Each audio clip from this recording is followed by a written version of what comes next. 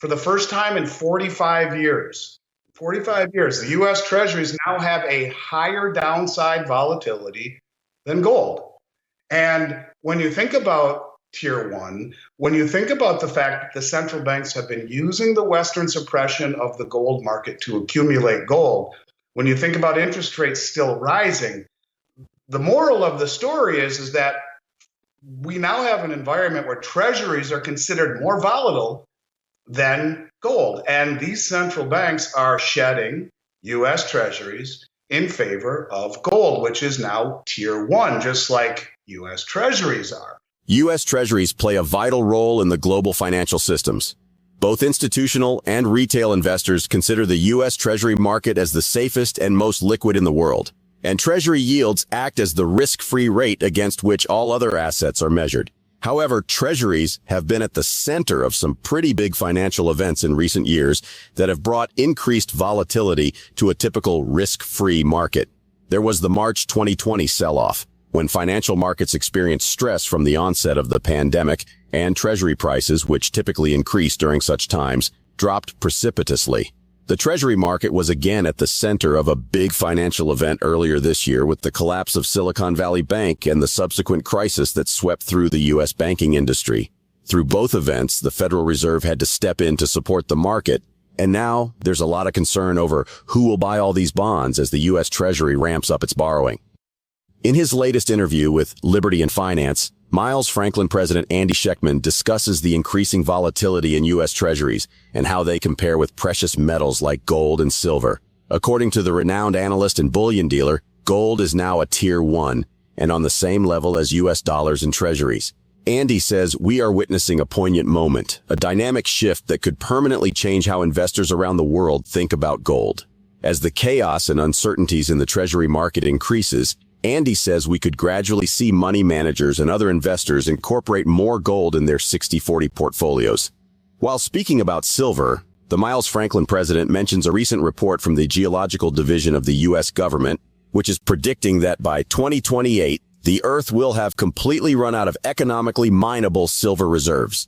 Andy also talks about the gradual, deliberate, and consolidated shift toward digital tokens by the global banking system. We will now bring you clips from the interview. Please watch, share, and like this video. Also, ensure you subscribe to the channel, turn on the notifications bell, and drop your comments and observations in the comment section below. Thanks, and enjoy the video. You know, the one thing that I've talked about maybe that started this entire journey with you, as I used to call it, a linear progression of events, is the Tier 1 revision of gold. And in April of 2019, gold was revised as Tier 1. Now, prior to that, since the end of World War II, it was U.S. dollars and U.S. treasuries that were Tier 1. So keep that in mind. As we mentioned, you have all the BRICS countries shedding treasuries in favor of gold. And this is really crucial, what I'm about to say, and that is that for the first time in 45 years, the U.S. treasuries now have a higher downside volatility. This is a dynamic move where capital is moving away from, fixed income holdings. And I think what you're seeing is a whole new shift. And what's that going to do to the 60-40 portfolio model? Does that mean we're going to start to see gold replace the 40% in U.S. treasuries at some point? I'm not quite sure, but certainly I thought that caught my eye quite a bit when we saw how many countries were shedding their U.S. treasuries, and the fact that for the first time in 45 years, treasuries have more downside volatility than gold. That's crazy to me. We have another situation, I think, where you talk about, what's happening with the BRICS nations. And more than anything, I think it's a situation where things are speeding up in terms of the countries that are expressing interest in joining. Another 27 have formally expressed interest in joining. And these are all the countries that are rich in natural resources and are doing this not out of economic gain, but out of necessity, I think, where they're finding safety in numbers. So I just found it interesting to talk about that. While we're talking about the bond market, and please feel free to stop me at any time, look, bonds are getting killed. You could say it's a bloodbath. And I argue it's just getting started. The 10-year Treasury yield at 4.5%, it's the highest since 2007.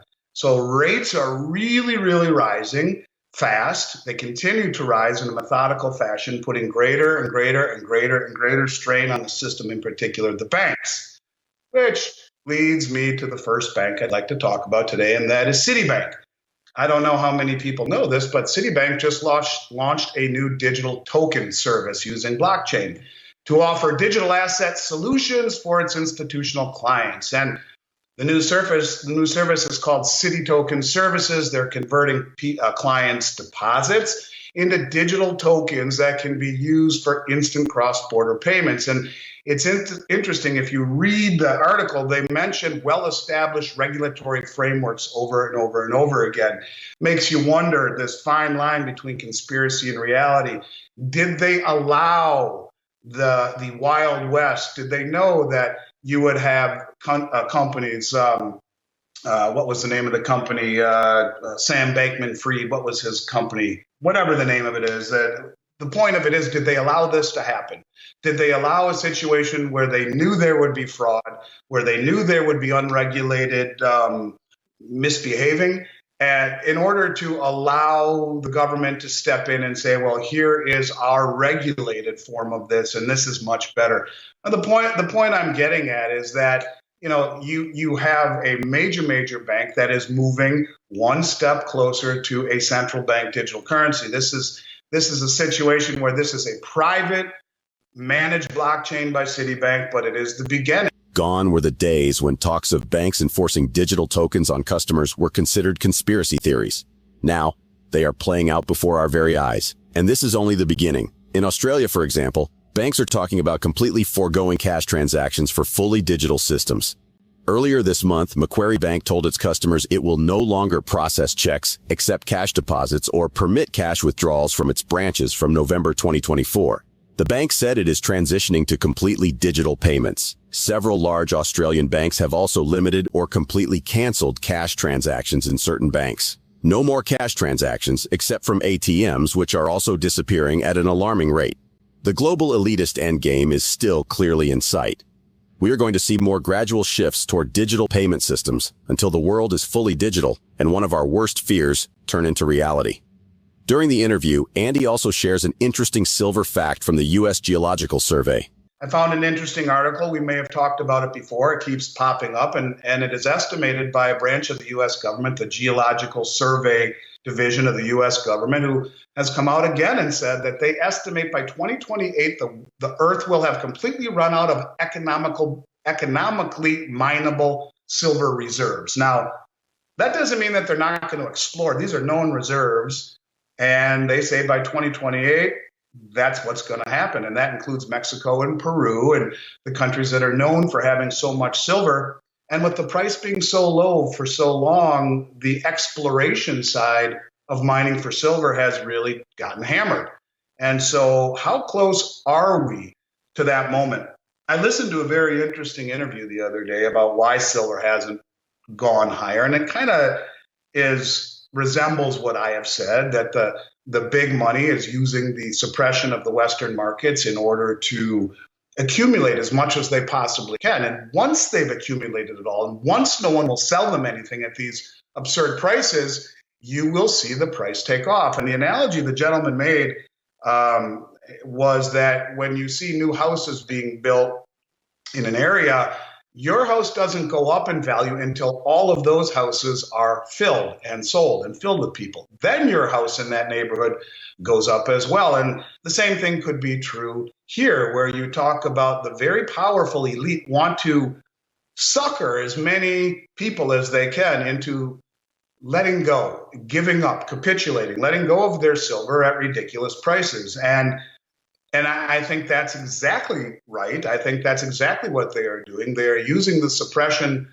of the Western paper markets to accumulate metal. Yet we see China now, the price of gold is about 5% higher in China than it is in the United States on COMEX and the LBMA in London. So you have an arbitrage situation. Is this the opening shot to cross the bow for where they're playing their gold card now, where the arbitrage, and I'm sure they'll start doing this with silver as well, will just push all of the metal eastward to capitalize on that arbitrage. And that's one of the things we talked about with the Moscow exchange and said this is exactly how they would do it. You want to accumulate all the metal? Then make the price legit, at least much more legit than the COMEX and the LBMA really would let us on to believe is legit. So interesting times, in terms of metal accumulation. Look, you got the Silver Institute saying we're going to have, or last year we had a 240 million ounce shortfall in silver, a 51 million ounce shortfall in silver in terms of supply versus demand in 2021. What does this year look like? How many years can you continually run a deficit in mineable supply versus demand in an asset that is decreasing in nature? And the U.S. government says will all but be gone in 4 years, at least that which is of a known reserve. Yes, you can start exploring, but the time from exploration to production is years. And so is that why they're holding it down? Even though we all know that it is such a strategic metal, not just industrial, not just monetary, but strategic. And I read another article last night talking about how much silver is used in nuclear submarines. You're talking thousands of tons. It's not just, or hundreds of tons per nuclear submarine, but when you use the entire naval fleet, tons and tons and tons and tons of silver in missiles and in nuclear submarines, in all forms of advanced military warfare applications. And so you put it all together, it is a strategic metal. So maybe it's someone within the U.S. government or an entity within the U.S. government that is withholding the silver, that is pulling it off the exchanges. Maybe that's part of it too. Maybe that's why, for the last 3 years, the amount of silver eagles that have been made were a fraction of what they have the ability to do. I don't know, but the more you go down these rabbit holes, the closer you see there is a fine line between conspiracy and reality. Several metals analysts, economists, geopolitical and macro analysts are talking about a shift from the current fiat-based system toward a better sound money system, backed by commodities like gold and silver. With the events of the past 3 years, starting from the incredible money printing, this future has been drawn much closer than we can imagine. Please share your thoughts on Andy's interview in the comments section below. Also, ensure you like this video, subscribe to the channel, and turn on post notifications for more videos like this. Thanks for watching.